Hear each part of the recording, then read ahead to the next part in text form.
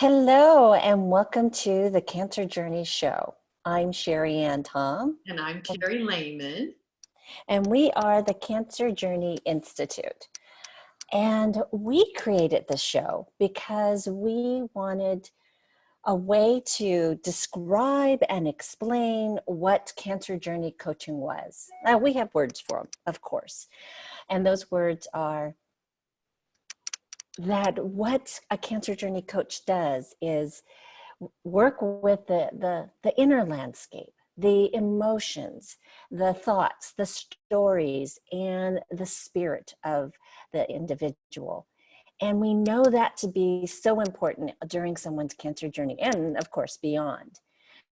But those words weren't enough. So what we did is we wanted to create this show so that you actually get a live, real-time, unrehearsed, and really not prepared, because we're doing it in the moment, coaching interaction with a client. So what we have today is we have Kelley joining us. We have a new client today, and Kelley is let me see if I get this right, don't want to mess it up.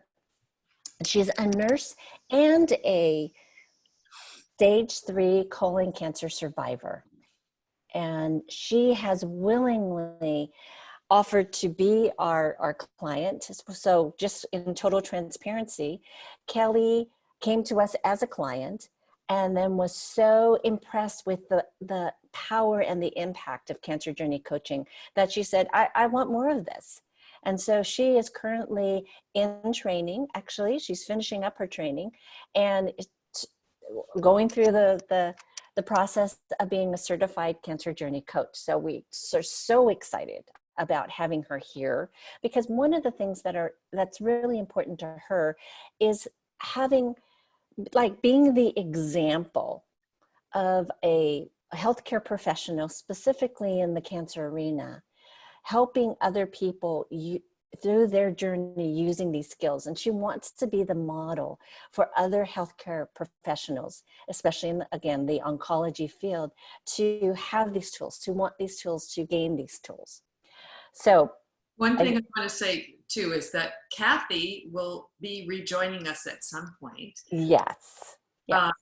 And Kathy is a patient and Kelley is a survivor. So our audience, our clients typically are cancer patients, survivors, and also caregivers. So people who are walking with others on their journey. Yes. And what we're hoping in the future is we'll also have a client that's a caregiver that you guys can see and see how their journey is similar and different. Okay, with that, Carrie, can I turn it over to you as I bring in Kelley?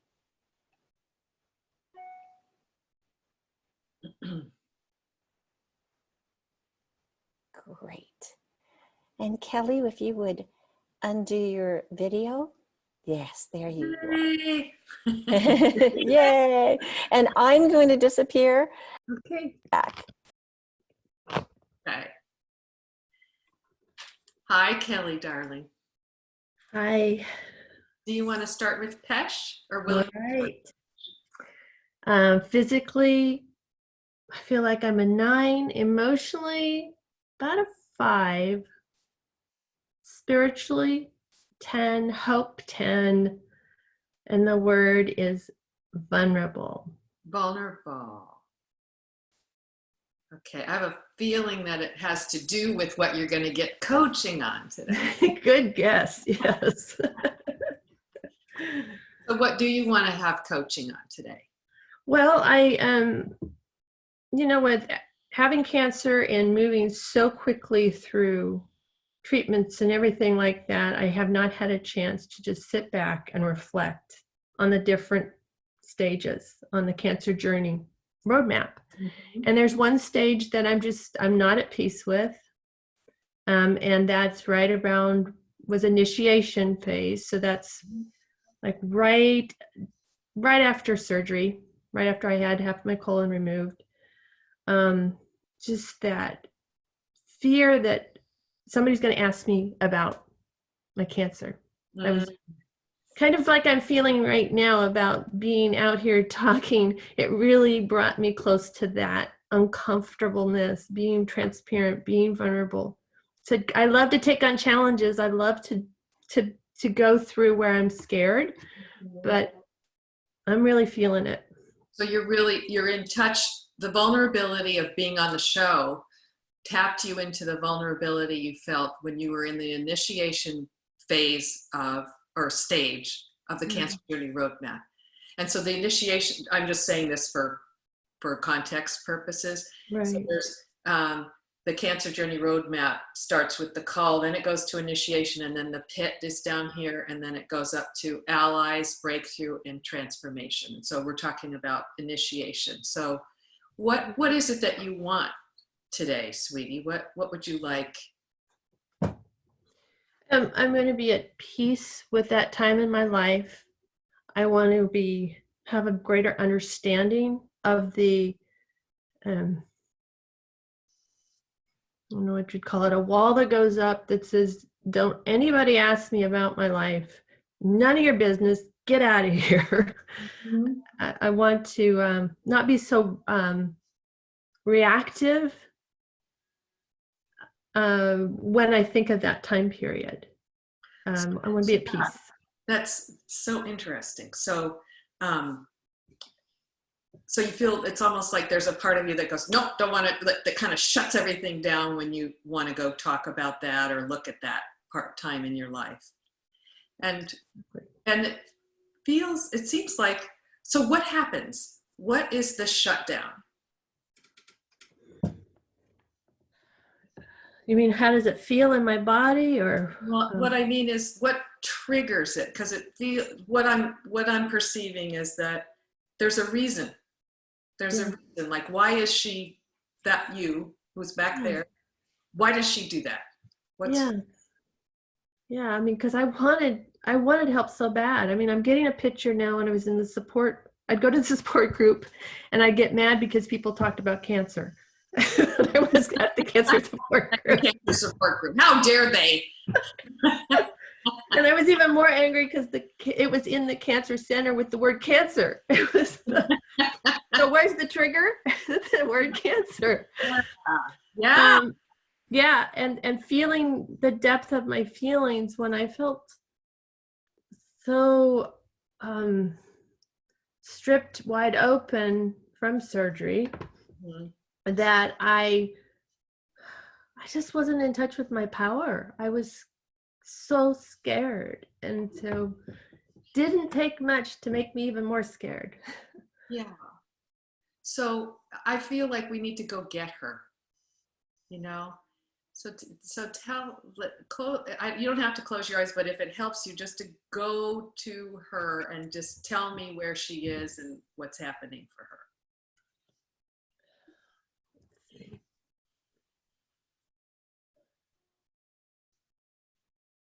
I'm just picturing one of the kind souls that was asking me about my cancer.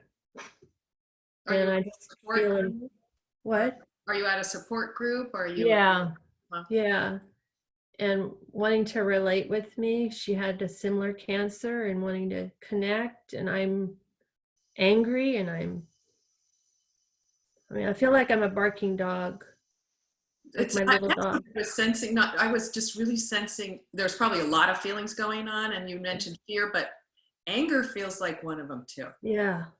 It's like it's almost like I'm seeing a territory. You're in my territory. You've passed the boundaries here, and the only way I know how to protect myself is just bark, bark, bark.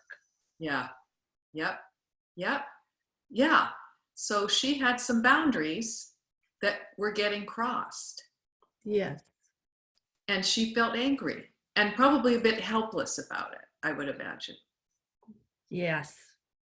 Yeah. I feel weakness. I feel this weakness. Weakness in her? Weakness, what do you mean?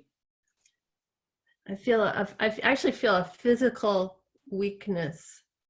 I mean, it makes sense because I had surgery, but I mean this, like, where did my power go? That you said helpless. Just all I can do is sit here and bark. Kind of. And so So how else did she feel? There's the rage in there. Just that powerlessness kind of triggered that for me. But what I'm wondering is, how much permission did you have to have this anger and rage? Well, in the moment with people around me, I did not express it because I didn't want to hurt them. Mm-hmm. But when I get home, I just rant and how dare they put the word cancer on the cancer center? How dare they talk about their cancer? And every time I come home, first thing my husband said, so they talked about cancer, huh? Yeah. What makes her so angry? I see this boundary. I see this line. Somebody crossed over that line, but it's an invisible line that I cannot articulate. I don't have the language to say, hey, you can be in my presence, but you can't go over this line, and I don't understand this line enough to tell you what it is. What do you know about the line?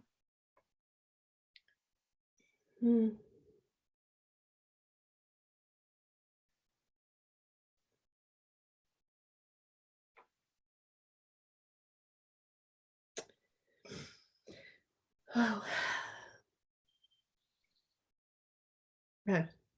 I feel it. I can't seem to describe it. I feel it. It's almost like a sensitive baby. Yeah. So she's tender. Tender. It's exactly what I feel. Yeah. Yeah. It's like, how dare you ask the baby questions? She's just trying to figure out this new world. Yeah. She's coming out. She came out through the birth canal, and just give her some time, some space to acclimate to this world that she never thought she'd be in. Yes. Yes. Yes. So there's that tenderness, but there's also the you that's going, okay, I just had surgery, for fuck's sake, and you're putting me in this box of cancer, and I don't even know what the hell cancer is, and I don't know how I'm going to relate to this, so don't ask me that shit. I don't know. Yeah, that's what I needed. I don't know. And stop asking me, because I'm not going to make myself think I should know when I don't know, so stop making me feel like I should know when I don't know. Yeah.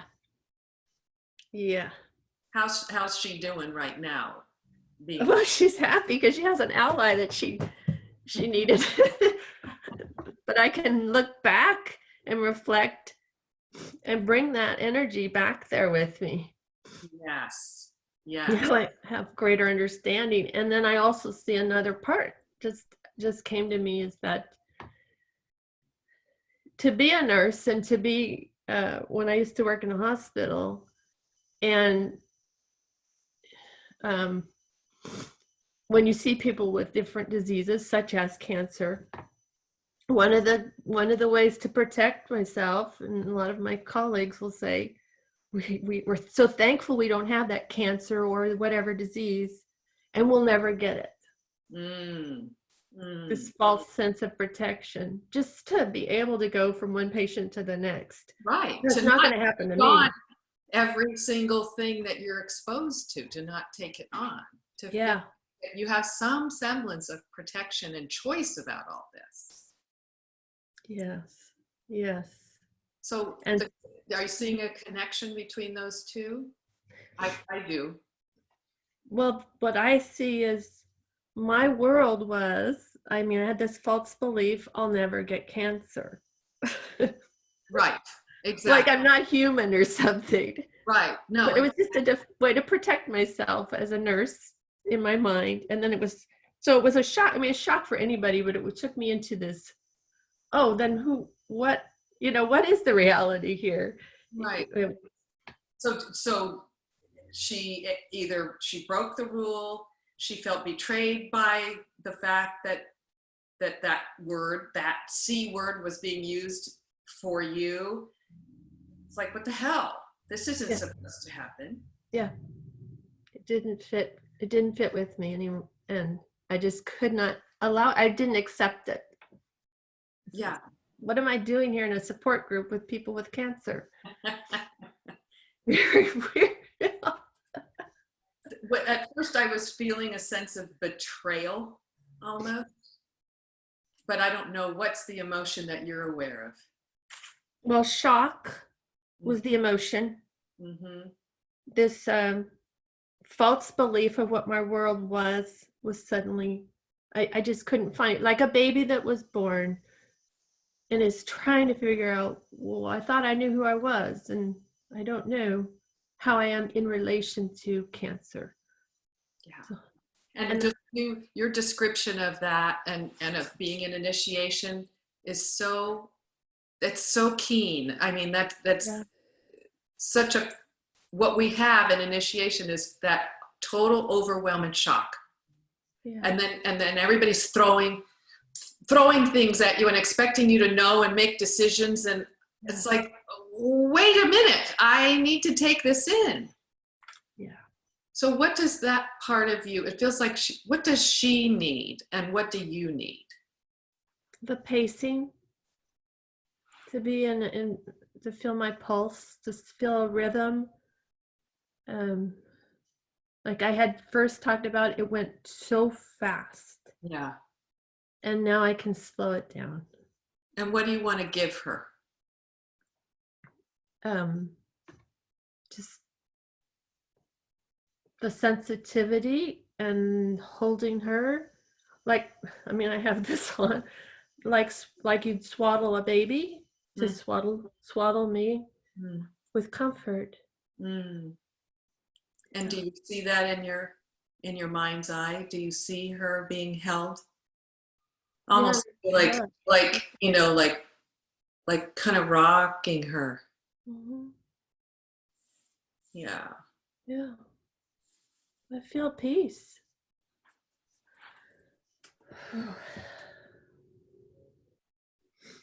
Like you are her future self and you're going back to put your arms around her for the support she didn't feel she had, the permission she didn't feel she had. Now she's getting it. Yes, and I also now have a new I just had a new image of how I am as a nurse, a new role. I mean, one of the jobs I loved was a GYN. I was in a GYN specialty floor, and that, swaddling the babies, wrapping them up and holding them and comforting them. Yeah. That's that I resonate with, and that I can. So like each patient, you're going to swaddle each patient, metaphorically speaking. But first swaddle myself before I swaddle others. Yeah. Much more important. So your role as nurse didn't really change, but that you need that swaddling too. Yeah, that's what was lacking. Yeah. And now I have. Yeah. Yeah. So what's available to you from being swaddled?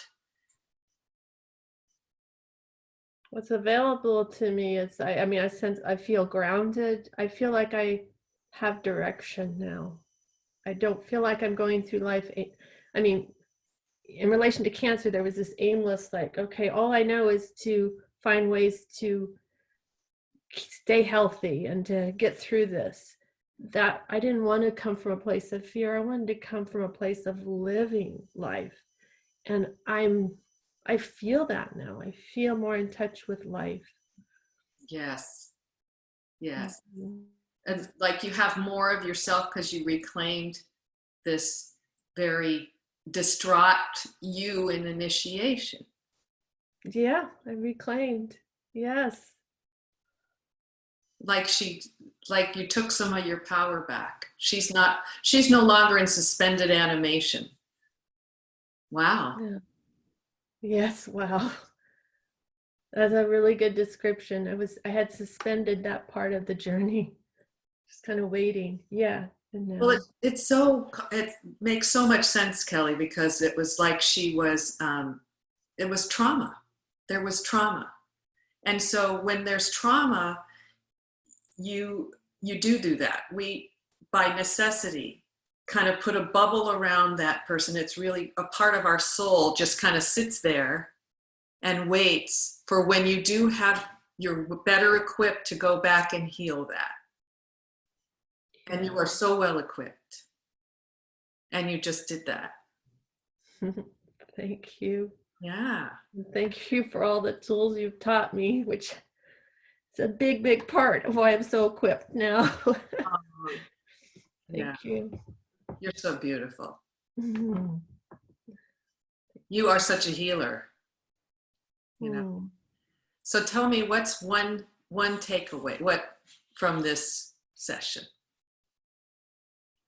Well, one word would be swaddle myself first, or words.